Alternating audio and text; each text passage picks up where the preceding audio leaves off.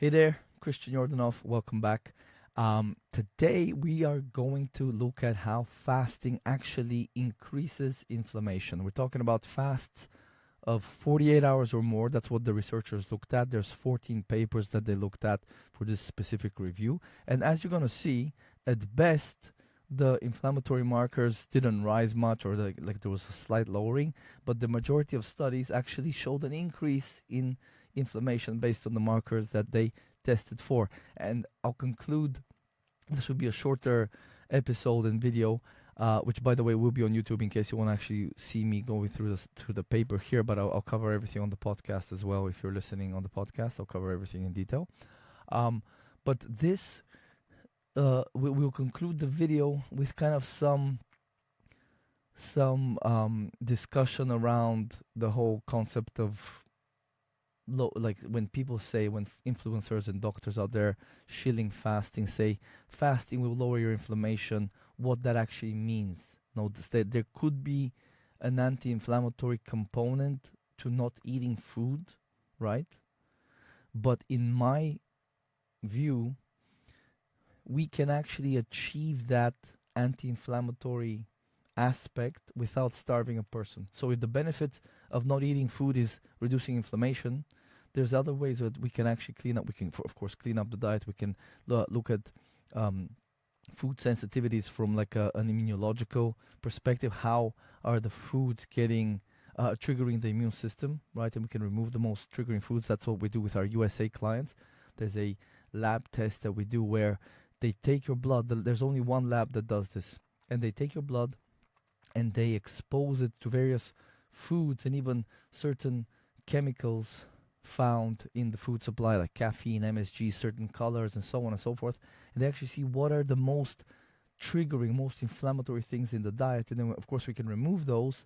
But then even with the middle, kind of the middle of the road things that are not quite, yellow in terms of inflammatory status, kind of on the higher end of green, we can create a plan over several months where we can exclude and then reintroduce every month certain foods that allows further sort of quelling of the inflammation. It gives the gut a break. That inflammation reduction allows the gut to heal faster. And of course, the immune system being less hyperactive, it costs less in terms of energy and nutrients because it's expensive resource-wise producing inflammation.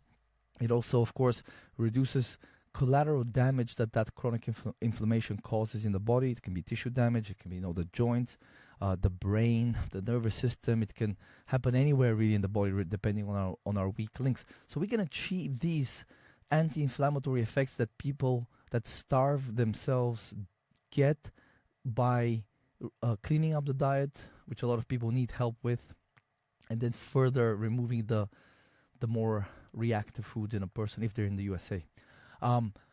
So that's kind of that's really the quote unquote the secret sauce. We don't have to starve a person in order to lower inflammation, because as you will see in this review paper, they looked at 14 studies where the majority, I think I mentioned that already, the majority are showing an increase in inflammation.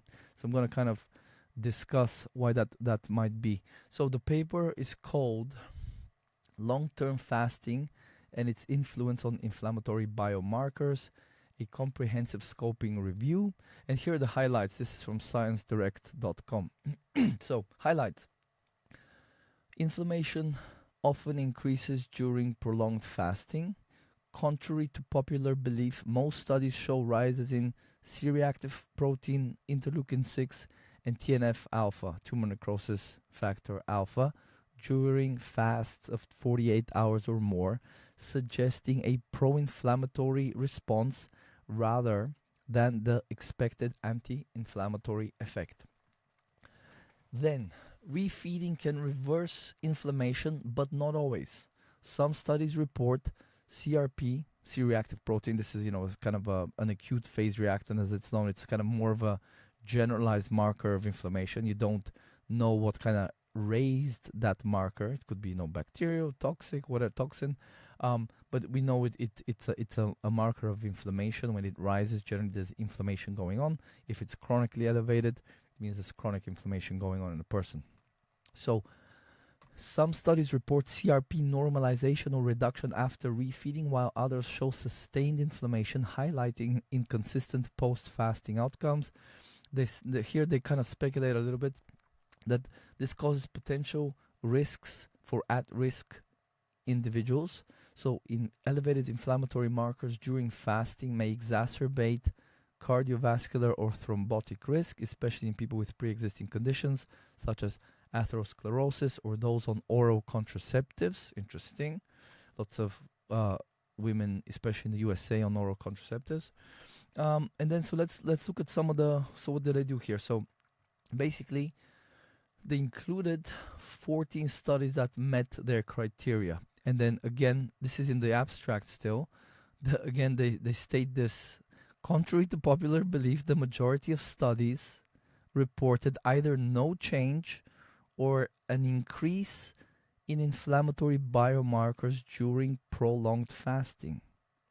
So this is it. This is the crazy thing. The fasting will lower your inflammation, they say. And again, you have to remember, these people likely that they studied, at least some of them, would have had food sensitivities, because everybody that we test actually has some foods that they eat on a regular basis that are fairly to highly inflammatory.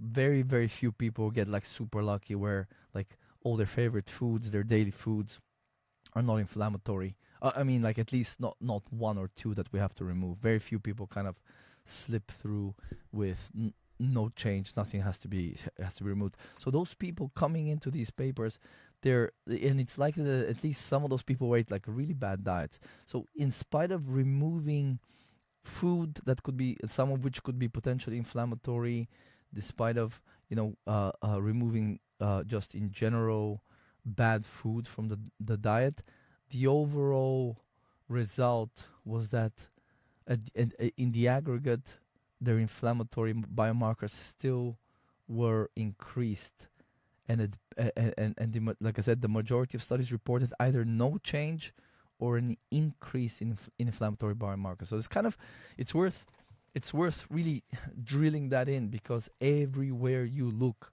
fasting will lower your inflammation.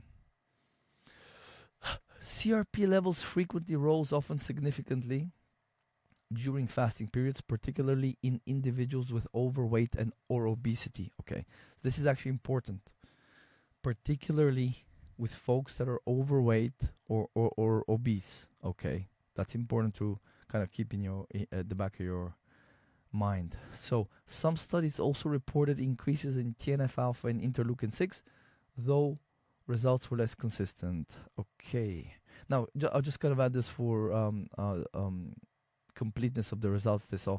Importantly, several studies showed a reduction or normalization of CRP levels after refeeding, suggesting that the inflammatory response to fasting may be transient or adaptive.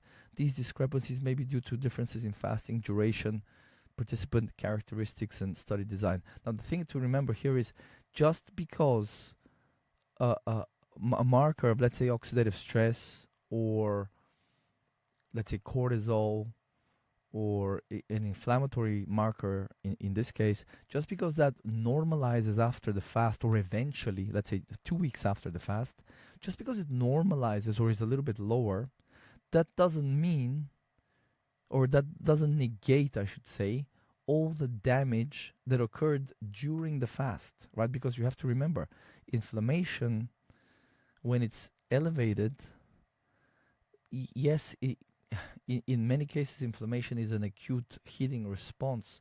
But I kind of sometimes liken it to, imagine you have a bookshelf at home, and then it catches fire, and you see that, and you grab your fire extinguisher, and you extinguish the fire. Well, you extinguish the fire, you kind of saved your house, but some of your books got damaged. So that's the collateral damage that is created when we produce inflammation. So there's could be tissue damage depending on where it's happening. So just because a marker, they really explain away a lot of stuff like this with these studies, because they'll say, oh, the cortisol increased over, let's say, the fast, or let's say a low carb diet over the first 3 weeks. The cortisol increases, but then it normalizes. So they explain away the fact that that cortisol increase caused damage to the body. It basically caused the death of cells. Cells were dismantled, broken down, so that they could then be, used to produce glucose, and some of their components, amino acids, vitamins, minerals, could be used elsewhere in the body. So this is what I kind of wanted to. The reason I want to mention this is just because the inflammation normalizes later, we cannot explain that away because that was causing damage. And I'll show you another study later on in the next couple of weeks where the oxidative stress increases during the fast. And then, but in that study, they were looking at they were looking at oxidative stress, a marker for oxidative stress, malondialdehyde, and then, but they also were looking at antioxidant capacity. So they were like, well, the oxidative stress increased, but so did the antioxidant capacity, so that's fine. No, the antioxidant capacity increases because of the oxidative stress. It's like, you know, um, your village is getting attacked, and then you say, oh, well, there's a great defense response by the men in the village, so that village is very resilient. Well, the reason that's happening is because the village is getting attacked. How about we stop doing damaging things to the body so that antioxidant capacity doesn't have to increase? Sorry, that's a bit of a tangent, and we leave that for another day. So let's see what else. Here are the 14 studies. Okay, so they have them listed by author, year, study design, the people in the study, the aim of the study, the fasting protocol, and then the key findings. So I'll briefly go over them. This first one, Van Herpen, year is 2013. It was a randomized crossover trial. I think that was the only randomized trial here. So 10 healthy men, look at this, age was 23 years, plus minus 0.8 years. Their BMI was 22. So they were like young, probably young, broke college kids, or just young dudes that were like, I need money, I need to join a fasting study. Maybe they'll pay me something or something. Or I can't afford food anyway, let me go and do a fasting study. At least it's for the greater good. So these are 23-year-old guys. Like, I don't, excuse my French, but I don't give a shit if this study finds benefits or whatever, because it's in 23-year-old people. 23-year-old men can take a tremendous amount of punishment just because you have a good result with 23-year-old guys is not sufficient evidence then to say someone that's 40, never mind 50 or 60, should do that thing, even if you see good results, right? So they did 2 60-hour water-only fasts versus controlled feeding matching energy expenditure. And they found no statistically significant changes in CRP, TNF-alpha, and interleukin-6, IL-6. So, a couple of things. So, 60-hour fast is not too long. Couple of days, 2.5 days.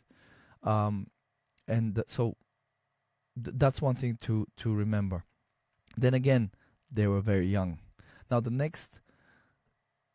Now I should say that these first few papers are with normal weight individuals, okay? Just that's important to remember, like I said earlier. So the next one, Van der Krabben, 2008 crossover trial. 6 healthy men, age was 19 to 24, and their BMI was 19 to 22.8.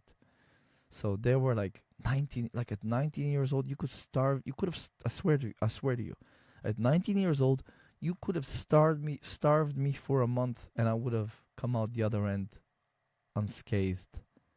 Like the amount of dumb things I did between that age, 19 and 24, I could literally stay up 3 days in a row partying, drinking alcohol, smoking cigarettes, and then I could go to the gym a day or two after, sleeping for whatever amount of time.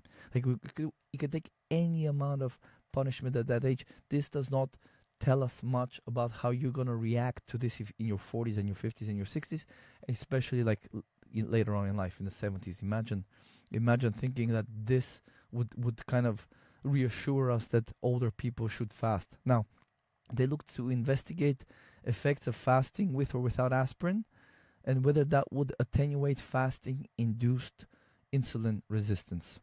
And so they did two 60-hour water only fasts with or without aspirin up to 6 grams a day. And again, here, no statistically significant changes in HSCRP, high sensitivity CRP, C-reactive protein, again, inflammatory marker. IL-6, also an inflammatory marker. Okay. Next one was Okubo, 1999. They had one arm of the study. It was just 12 women with rheumatoid arthritis. So basically, they didn't specify the age here, so we don't know what their BMI was. This is already like not a good thing. But they did 5-day fast. So basically, they were doing a 55-day vegan diet of 1,200 kilocalories with 3 to 5 day water only fast, and they only look at the CRP here. There was no change in CRP. Now I don't think this study really is telling us much here because they're looking at a vegan diet. On top of that, it was only 1,200 calories, right? So this, and they only looked at one marker CRP. So this is not really too useful here because again they looked at just one marker CRP, and then there's a lot of confounding variables. Again, a 55-day vegan diet that could have a profound sort of effect on the results of the study, as well as the 1,200 calories a day. That again, is gonna have. It's just they're studying too many things at the same time here. It doesn't really make much sense to use this in a fasting only centric review, but whatever, it met their criteria, and there's relatively few studies that could have been included because, as you saw, there's only 14 here. Now, so that was in normal weight individuals. Now, in overweight individuals, this is where things start getting interesting because we start to see increases in inflammation during fasting, and here they use longer fasting protocols. So the first one was Fazeli 2020. That Fazeli is the surname of the researcher, the lead researcher, the lead author of the paper. It was a one-arm study, so they only looked at the intervention. There was no they can have a control group that they might just do nothing or eat normally or whatever. Like when you do keto versus, you can do just a study on keto people, or you can do like a 2-arm study where it's keto people versus people that just continued eating the same way, and then compare them. It's a little bit more useful because sometimes excuse me, sometimes the people in the non-experimental arm, if you compare just as an example, there was one paper where they looked at people that were intermittent fasting, and we'll do a video on this, and then the other group, they were just eating normally throughout the day. And what they found was that the intermittent fasting group, their weight loss basically didn't exceed that of the people that were eating throughout the day.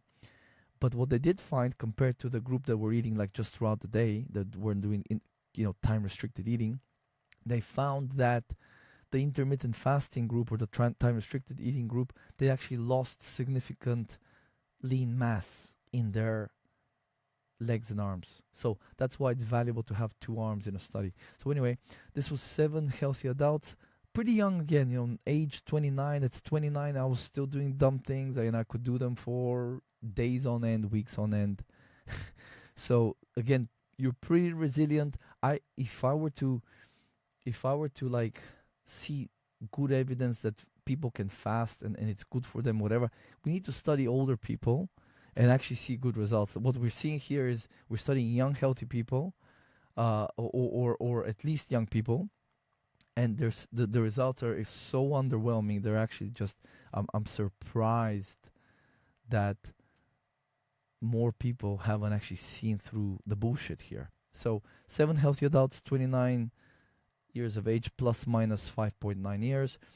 This was a 10-day water-only fast. So here's what they found. CRP significantly increased with fasting, peaked at day 3, and remained elevated.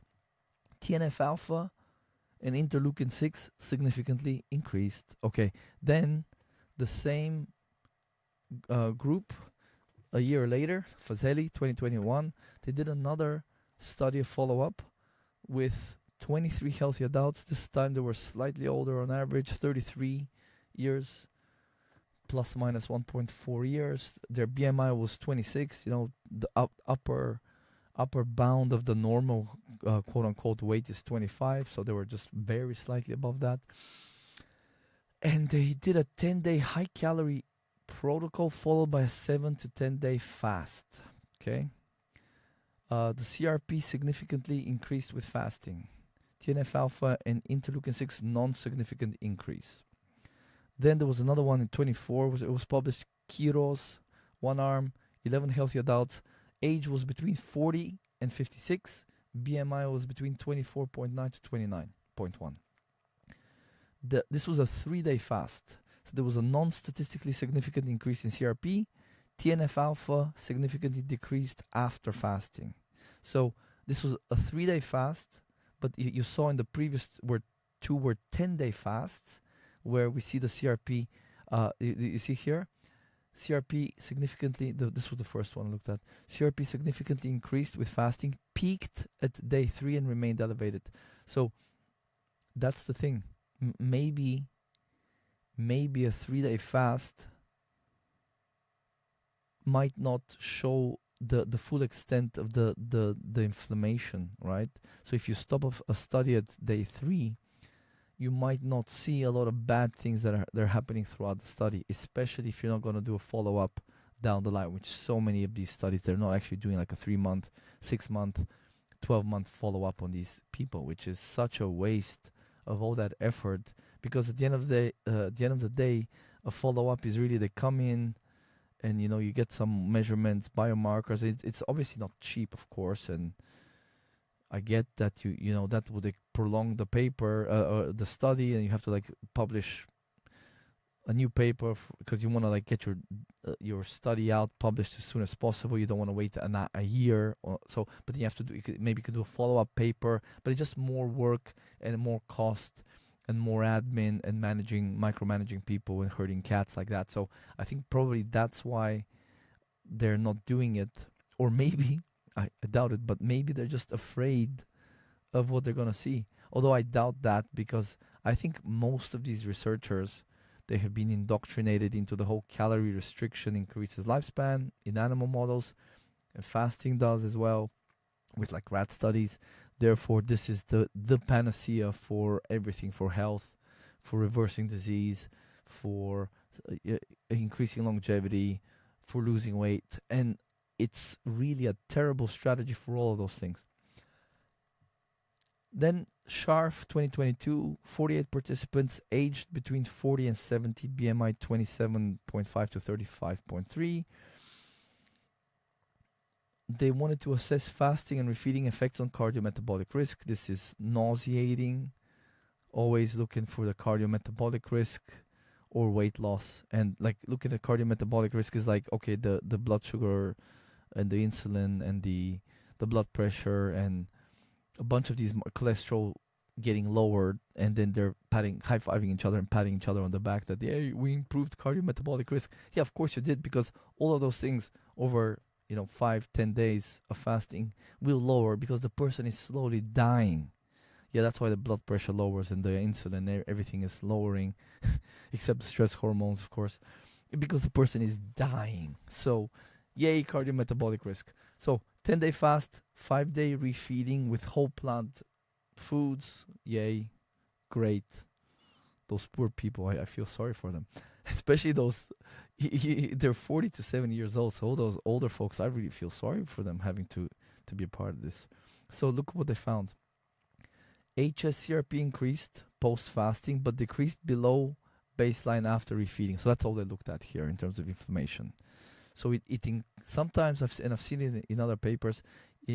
So the CRP might or not just CRP, but certain inflammatory markers actually increase during the refeed period. So that's kind of excuse me, that's another sort of thing that they they just seem to gloss over most of the time. Because look at what they said here. It increased post fasting but decreased below baseline after refeeding. Okay, so it was so sorry, in this case it was at the end of the fast it was increased, but after refeeding it was lower. So again, um, here I kind of misread it a little bit. So it increased during the fast, the HSCRP, but was lower after the refeed. But what I've seen, what I was kind of getting at just now is, I did a video 2 videos ago or 2 episodes ago. I did a video on this where I don't think I had time in that video to go over it, but some of the inflammatory markers actually increased during the refeed period for whatever reason. We're not sure why. So that's kind of another thing that I've seen. The researchers are not really seemingly they're not putting too much thought into what's happening in these people's bodies during the fast that's causing the inflammatory markers to increase, and then what's happening in the cases where the inflammatory markers increase during the refeed period. Why is that happening? What's going on that suddenly these are shooting up? So that's kind of just something to think about, because in this paper earlier, like I said, they said it could be that the increase in inflammatory markers is an adaptive process. But really, what the hell does that mean? It's such a nebulous, sort of slippery notion, because cortisol increasing during fasting is an adaptive process. But it's adaptive in order for you to survive the stress of the fast. It doesn't mean it's good for your health. So I don't think you can paint something increasing inflammation as it's actually ultimately beneficial. You know what I mean? It doesn't make a lot of sense, because this is the fast. It's not an acute injury, like you bump your elbow into something and then it swells up, or you sprain an ankle and it swells up with inflammation. This is supposedly, we're told, fasting is a rejuvenating process. So how is it rejuvenating if people stress hormones are skyrocketing, they're losing lean mass, uh, and their oxidative stress and their inflammation are increasing, and their metabolism is lower 3 months down the line, as you saw in previous episodes? How is this rejuvenating? It's insanity. It's insanity. It's a spell cast on the psyche of people that are looking at health and are interested in health. It's a spell that has been a narrative that has been weaved into the collective psyche of all of us.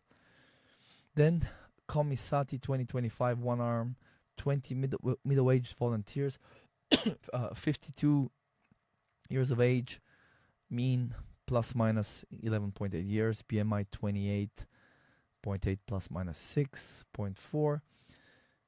So 9.8 days of fasting plus minus 3 days. So between six-ish days to, I guess, close to 13 days, depending on the person, followed by 5.3 days of guided refeeding. So they saw HSCRP rose post-fasting but normalized after refeeding. Ferritin, interleukin 8, and midkine remained elevated. So again, inflammatory markers remained elevated, and then stuff normalized after refeeding but was increased during the fast. Now, that's water only fasting, and then finally there's a few where they did the modified fasting protocol, where they basically, it's basically the Buckinger protocol that I kind of 2 episodes ago I was talking about. So basically they used about 300 calories that the people get during the day. So fruit juice, vegetable soup, and in some cases honey. So it's about 300 calories, which is, roughly speaking, what is it? I should know this. 300 divided by 4. So between, let's say, around 75 grams of carbohydrate. That for the most, that's this sort of protocol is mostly carbohydrate, which again I've said it before, has a great lean tissue sparing effect, right? So if you're dying of starvation, you will be rapidly breaking down your lean tissue. Even even if you're in ketosis, let's say on day 3 to 5, you're well into ketosis and you're kind of producing ketones and using those, even then until you die, you will be producing glucose, which means you will be breaking down your lean tissue. So you will never ever only run on fat and ketones ever. You're always producing glucose. So you will always be destroying your body in order to produce glucose. So if you add 60 to 75 grams of, fruit, honey, orange juice, vegetable soup, whatever, you're adding, first of all, you're adding those carbohydrates that will spare the lean tissue, but also there's some other nutrients there, vitamins and minerals, not much, but some, potassium, vitamin C, whatever else, that will come in and actually just have a beneficial effect, because having something is better than having nothing if you're dying from hunger. You'll survive a little bit longer. So the first one was Mesange, 2019, one arm, 15 men, age 44.6, BMI 26.5, so it's plus minus 13.5 years. So, between, let's say, 31 to close to, 58 or so years. So then so again, all of these following, they did around 300 kilocalories of fruit juice and vegetable soup, like I said. So here the TNF, alpha, and interleukin 6 significantly increased with fasting and even more with refeeding. Then the next one, Lee, 2013, one arm, 30 women, age 49, plus minus 8 years. Here they looked at HSCRP that significantly increased. PAPI 2021, one arm, 36 individuals with metabolic syndrome.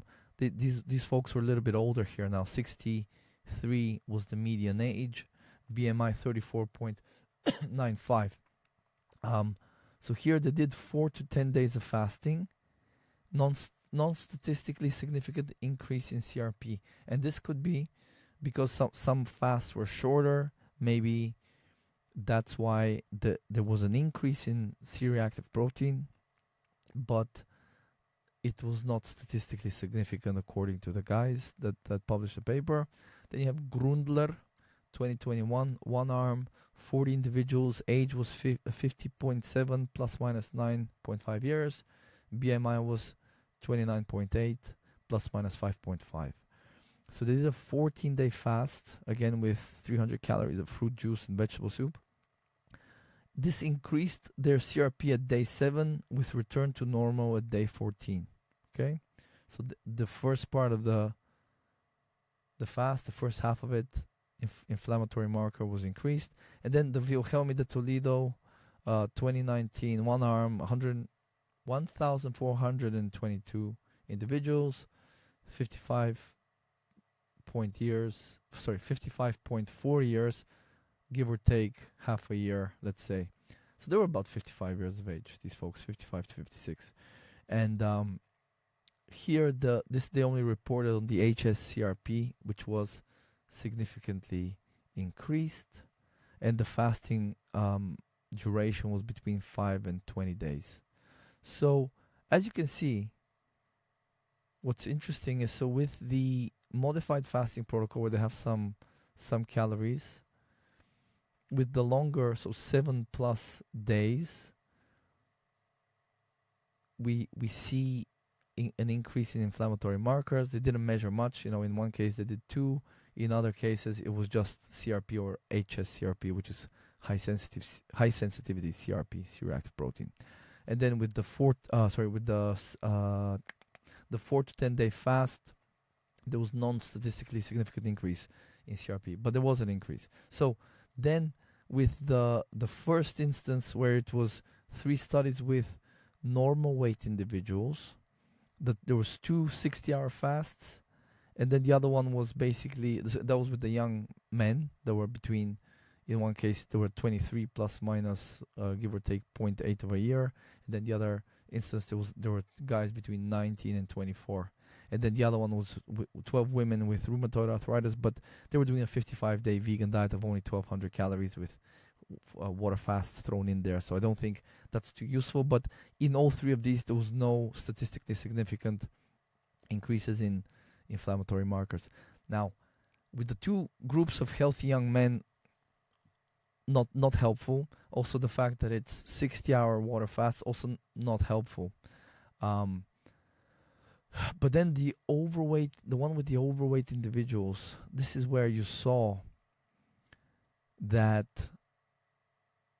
a lot of these basically showed increases in whatever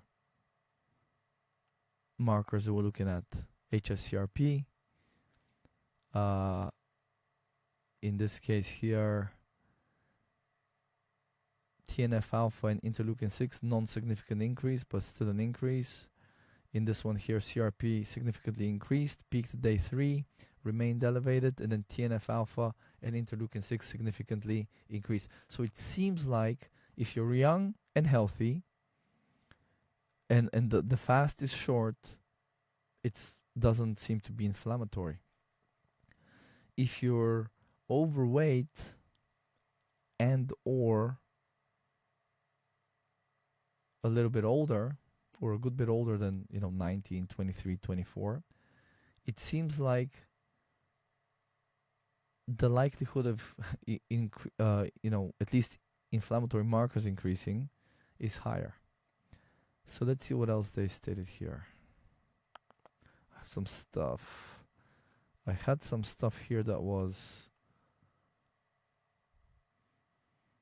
highlighted. I got a new plugin that highlights text on the web page, but it seems to not actually be sticking, probably because of Brave browser. It's kind of annoying because it now that I'm highlighting things, I kind of know exactly what I want to talk about without pausing. But again, it messed me up here, so I have to find a better plugin. But so let's see what's relevant here. So look at this. They state here in the discussion, prolonged fasting over 48 hours appears to induce an acute pro-inflammatory response in most human studies. Okay. Contrary to expectations, most studies reviewed reported either no change or an increase in HSCRP, TNF alpha, or IL-6 levels regardless of fasting duration. And then they speculate a little bit here. They say chronic inflammation is a key driver of cardiovascular disease, particularly in elderly people with atherosclerotic coronary and carotid artery disease or thrombotic disorders. By promoting plaque instability, inflammation increases the risk of myocardial infarction, stroke, and vascular dementia.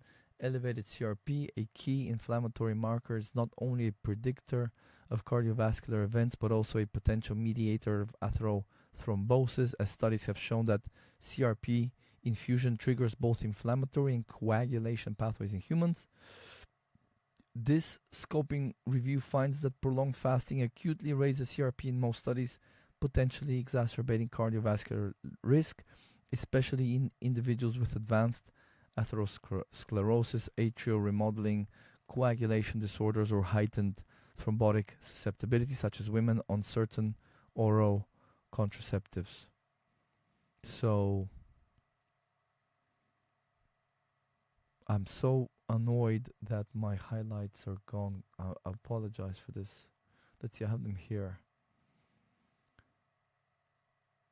Okay, I covered everything. I guess one thing I was just gonna say, I kind of went over it, was in one study, 23 young participants aged 22 to 44 underwent a 7 to 10 day water fast while taking a daily multivitamin, some potassium chloride.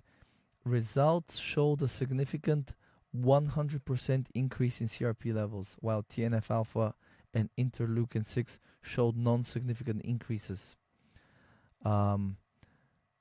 Growth Differentiation factor 15, another inflammatory marker, rose by 24%. A follow-up study with daily measurements in 7 overweight individuals confirmed that CRP levels peaked on day 3 of fasting, remained elevated throughout the 10-day fast, and after refeeding. Additionally, TNF-alpha, interleukin-6, and CCL18 levels significantly increased by the end of the fasting period, aligning with an inflammatory transcriptomic signature observed in adipose tissue. So the that's like you could they go over just a little bit more detail the actual studies just to kind of give you an idea, but I don't think going in more depth here right now makes sense because we're at 40 minutes already. I just give you their quick summary table here, the key findings. There was another one where there was a bunch of additional markers that, oh, here we go. So that's the one I had highlighted.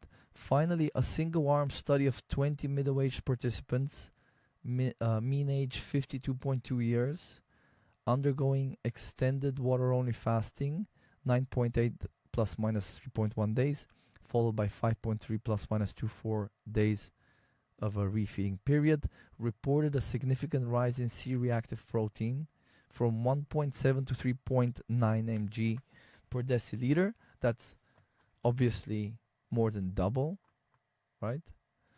Normalizing post-refeeding in all but one case.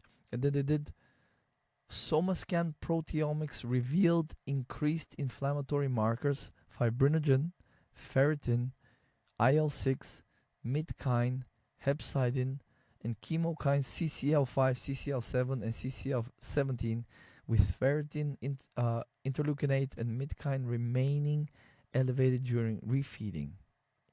Ingenuity pathway analysis indicated upregulation of pro-inflammatory cytokines, notably interleukin 15 and TNF, suggesting an acute fasting-induced systemic inflammatory response. That's the one I just wanted to kind of add before I wrap. So there you go. Fasting lowers inflammation. Seems like it increases inflammation. Now, again, let me just summarize what I think I said earlier, because I did start again this video, so I can't remember if I mentioned that in the previous attempted recording where I had to pause. So if, and I will say this probably multiple times throughout the next videos, and I'm going to have that in the book, that's so important to understand. There's a few categories of people that are going to fast, right? So there's the health nuts that want to upregulate autophagy and, live longer. They're doing it. They're healthy, probably body weight is close to normal. So they just want to do the autophagy, the cellular rejuvenation fairy tale that we have been brainwashed with. So those people, especially when they eat clean, they will probably, the younger they are, of course, the better, but they will probably not have a terrible time with fasting. But then you have the people, there's some people out there, there's a subset of folks that eat a really bad diet and then maybe have quite a lot of weight they want to lose. So to them, they've tried different ways of cutting calories, but what they haven't done really is probably consistently have cleaned up the diet and kept it clean for multiple years. So they're likely to not be eating well, and then they're likely to have a lot of polyunsaturated fats in their body from seed oil consumption through whatever snacks and restaurant food and takeout. So those people, if you fast them, yes, they will get the benefit of not eating bad food. That will, in terms of if you have a scale, that will kind of have an anti-inflammatory effect and push the scale positively in that direction. But that extra weight that they have, that a lot of that fat that's on the body being polyunsaturated, getting released into the bloodstream, flooding the bloodstream, because those polyunsaturated fats are linoleic acid, more specifically, the most abundant PUFA, polyunsaturated fat. That's a backbone, basically. It's a precursor to inflammatory mediators in the body. So that on top of the fact that these fats are very prone to damage while they're circulating, that can probably be one of the reasons that explains this rise in inflammatory markers, with especially more so with folks that were in that overweight category of studies. Okay, there's other reasons. It could be also chemicals that are lipophilic, that have an affinity to fatty tissue, that are being stored in the fat, getting released as well. Those who have some kind of damaging inflammatory effect, and the body has to deal with them, and we all have them. This is the thing to understand. Like, you are not, unfortunately, to tell you, you are not special. Like, they're finding these persistent organic pollutants, POPs, in um, ice in freaking Alaska and various secluded places in the world. These things are everywhere. You better believe they're in your fatty tissue. Now, if you're lean and you've been eating super clean, or fairly clean for multiple years, you're on the health kick, you're very likely to harbor a lot less of these polyunsaturated fats and these other lipophilic chemicals. And then, of course, you're eating clean, eating more nutrient dense, you're probably exercising, you're doing a bunch of good things for your body. So you might feel fine with fasting. In fact, you might feel good because of the stress hormone response that can give you energy. But that doesn't mean that just because you feel good with it, we can blanketly recommend fasting. I think it's so irresponsible by practitioners out there and health influencers to blanketly recommend fasting to everybody. Because a healthy person that eats clean and is close to optimal body weight, or just a couple of pounds overweight, they're gonna probably do fine, especially if they're under 40, or let's say even 45. The problem then is these other people that are coming in with a history of poor eating habits, and then a lot of just stored polyunsaturated fats and persistent organic pollutants. So that's going to be an issue for those people. And then you have the people that might again be eating well, but they have some kind of health problem. It could be autoimmune. It could be again, it could be some kind of gastrointestinal issue, IBS, GERD, inflammatory bowel disease, Crohn's, ulcerative colitis.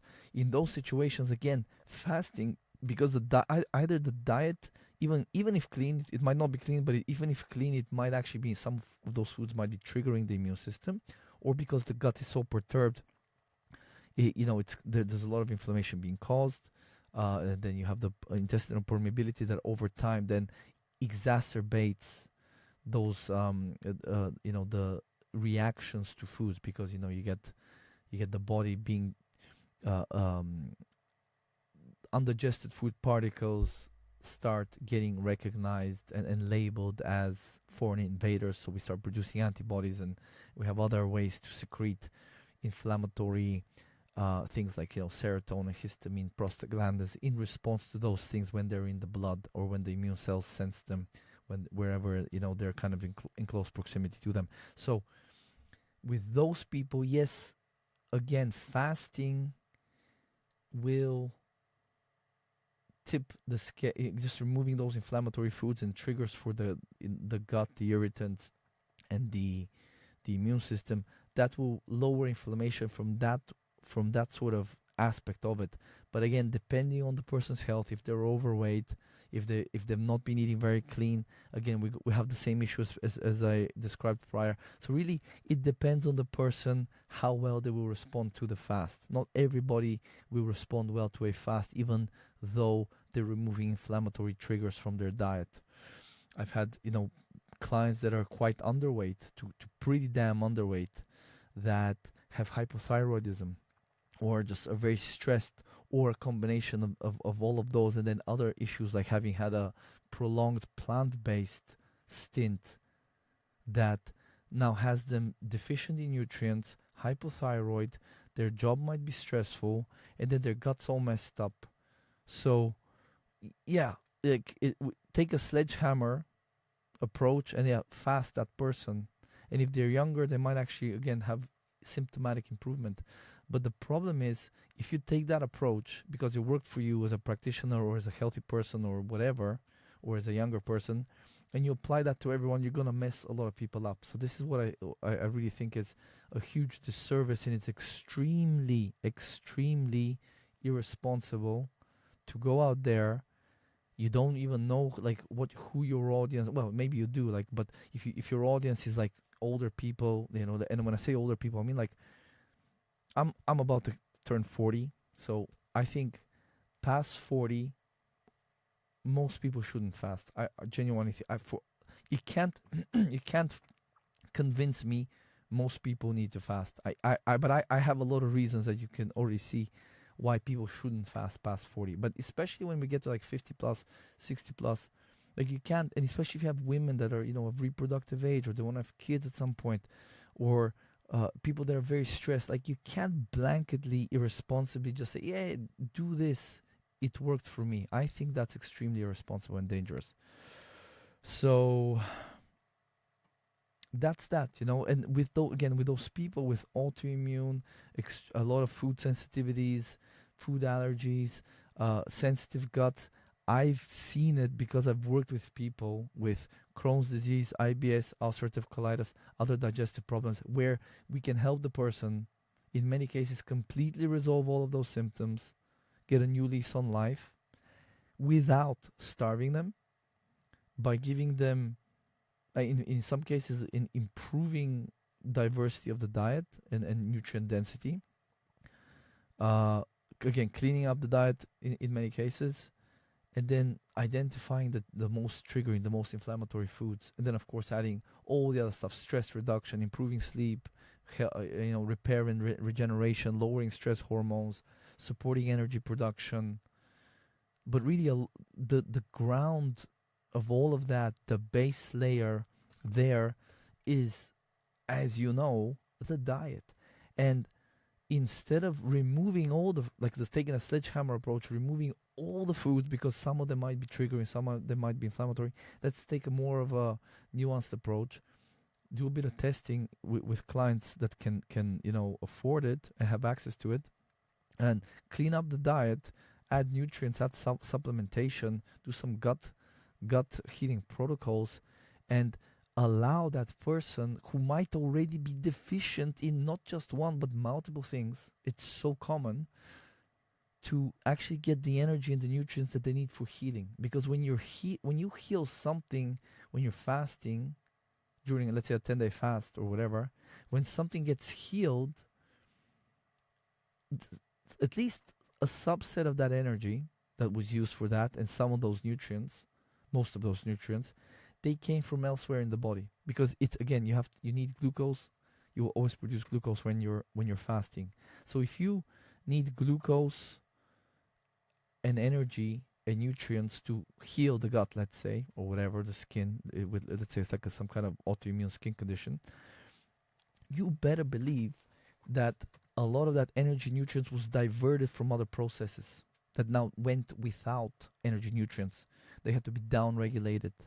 That's why 3 months down the line, as you saw a couple of episodes ago, that's why the metabolic rate is still way, way lower 3 months after it was a 10-day fast with the 300 calories per day supplemental Buckinger protocol.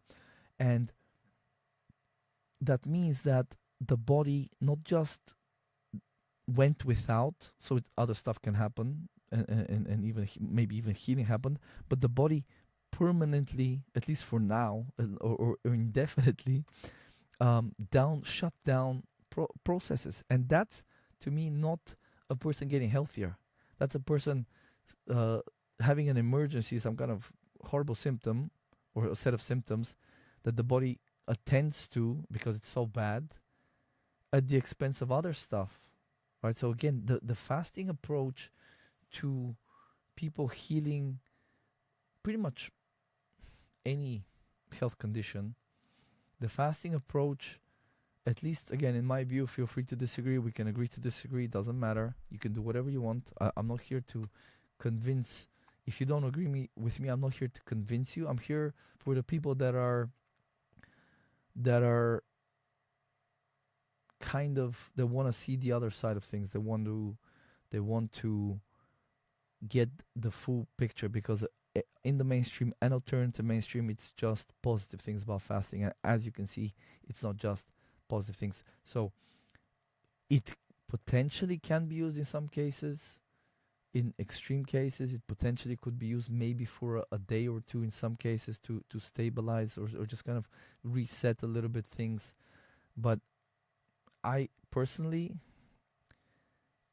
would keep that as a very, very last resort approach. And I'll tell you, like, I know this is a little bit of tangent here, but they say, oh, you look at nature, animals will fast when they're feeling sick. But the thing is, they're not going to fast for long. They're not going to fast for like a week. My dog, over the last 6 years, God bless her, maybe 2 or 3 times where she didn't eat all day. It was either she didn't eat all day, she was just kind of lying around, maybe drank some water, then she wouldn't eat her bowl of food, which is extremely atypical. This beautiful black bitch is gonna eat, like, she will eat like 17 times in a day if you give her that. She'll just eat until she bursts. Oh, God bless, I love her so much. Constantly begging for food. But those 2-3 times where she didn't eat, it was either until the evening time and eventually she went and kind of nibbled a bit and then half and then ate it all, or then the next day she's already ready to eat. So and I know what one doggy day is like 7 doggy, uh, you know, one human day is like 7 doggy days or whatever. So maybe it was a 7-day fast. But what it is it's very short. It's very short. And there's people out there, and I actually have clients that have done like a 21-day fast. One guy who's doing like 30-day fast and then 7 to 10-day fast every quarter. Like, that's so unnecessary. It's so unnecessary because remember, I know I keep repeating myself here, but remember, what are you running on when you're not eating for like 10 days or 7 days? You're running, yes, stored fat, but not just. And not just ketones. You're still producing glucose. All of these processes in your body, your brain, your liver, your lungs, your skin, your bones, all of these processes require a lot of stuff: vitamins, minerals, nutrients, cofactors, enzymes. These things cost energy to produce in many cases, to repair, whatever, to recycle.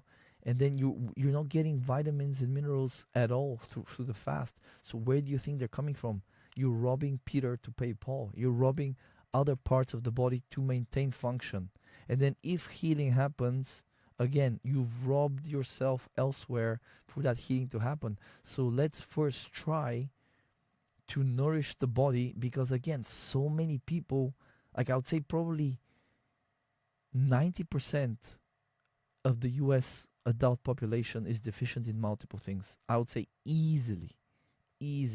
Maybe not overtly deficient where you get scurvy or beriberi, but subclinical deficiencies that simply keep you from experiencing your full potential. So imagine you have people teetering on the edge of a deficiency, subclinical, and imagine then you pull the rug out under them, and there might be 50, 60, a little bit weaker, older, less resilient, accumulated a lot of damage over their life, maybe have some extra weight. A lot of that is polyunsaturated fat from poor diet, toxins, and so on and so forth, stored in their fats, and toxic metals in their bones and whatever else. And then you're gonna starve them of the nutrients they need to do to maintain function and detox and breathe and be alive. And why? Like, there is a spell cast on humanity right now, at least in the West, because I doubt in developing countries they're like, are you these white people are dumb as fuck. Are they fucking, they're starving themselves? Give us some of that food if you're not gonna eat it, because we're friggin', like, we'd eat 3 times a day here if we could, It's like, anyway, 1 hour. I can't seem to I can't seem to do a short video. I hope at least that this is kind of, if you're new here, I hope it's starting to sink in, because the spell that's being cast, it's It's a big lie. It's been repeated. It's simple. Fasting of autophagy, fasting lifespan, fasting reverse disease, fasting rejuvenation. Simple lie, big lie, and constant repetition. Go right now. Go on YouTube and find me one video where someone is saying fasting is not good for you. The best you see is like clickbait bullshit, like is fasting a scam, and then the guy just parrots, or the gal, they just parrot the same old spiel about intermittent fasting and autophagy. It's nonsense. It's bullshit. Fasting, starvation does not create health. You cannot starve yourself to better health. Now, again, if you're eating trash and then you take a break from eating trash or a bunch of plants and inflammatory things like beans and soy and nonsense, if you take a break from this trash slash inflammatory slop that so many people are eating nowadays, you will feel better. But hey, guess what will make you feel better? Not eating trash, eating nice, good food, organic, grass fed, animal products, less shitty ass vegetables, nuts, seeds, grains, nonsense. All of those things are pretty much inflaming people and irritating their guts and causing problems.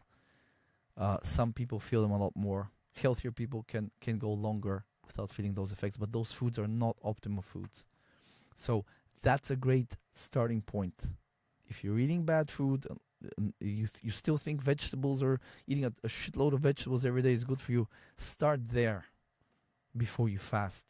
Because I think I said this before, but there was one, I forget where, there was one lady on Instagram. She gave me a stern talking to, but it was fairly formal. She was like not like rude about it, but she's like, so I had a video about fasting is bullshit, and she's like, sir, have you even tried fasting for a couple of days to see how much less brain fog you'll have and how much better you'll feel, and how much better your gut will feel, or whatever? And I'm like, I just thought this to myself. I didn't want to get like, I didn't want to create ill will or anything. I just didn't say anything. But I was like, I don't have brain fog. Why? I already like feel good. Why would I starve myself?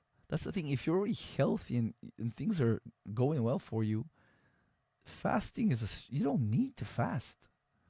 And then if you're unhealthy and you're deficient in things and your diet was bad and you're stressed, well, then again, you don't need to fast because you don't have your ducks in a row. It's going to be an additional stressor in your already taxed and stressed body. In both cases, it's a dumb idea. It's like my dad when I was a kid, and at one point I was like 15, and I would not shave. Yeah, I would shave my head a few times, but mostly like number zero, just kind of super. Uh, um, my hair was super short, and then my dad, he at one point I asked him, "What do you think of my?" And I would wear like this snapback cap. It's really dumb, like 15-year-old kid. What do you expect? But I asked my dad, "What do you think of my hairstyle?" Because I used to have like spiky hair hair with gel when I was into like the Offspring and all this nonsense. So anyway, my dad said, "Look, son, I gotta be honest with you. It's dumb. It's a stupid idea. If you have hair, shaving your hair is like the dumbest thing you could do." And then he added, "But if you're bald or balding, it's the best thing you could do." you know. So we laughed. God bless him. But it kind of, in that sense, there is a dichotomy. But here with fasting, starving yourself, well, if you're already like deficient in stuff and stressed, and you have symptoms of various sorts, and your diet is terrible, fasting is a bad idea. Although you're gonna get a break from the bad food, let's just fix the bad diet first, and the inflammatory things. And then if you're already healthy and you're eating well and all that good stuff, you've simply been programmed. This is a spell being cast that you're gonna live longer by starving yourself because of the rejuvenating magical effects of autophagy, which are bullshit, which we'll cover in a separate video soon. Thanks for watching and or listening, and I will see you on the next one. Hope that you enjoyed this and you you gleaned some insights here. I think